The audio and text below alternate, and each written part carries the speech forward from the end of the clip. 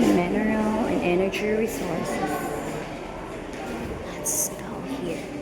What's inside in here? Mineral and energy resources. Say hi. So, pagpunta mo dito, you can see the ginto. That is the gold ore. Oh, the gold. Ayan. Ayan. Gold is the hardest metal. Oh. Gold or ginto. And then, here.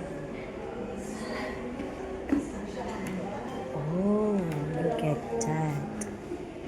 Ito yung surface mining. This is surface mining all about. Oh.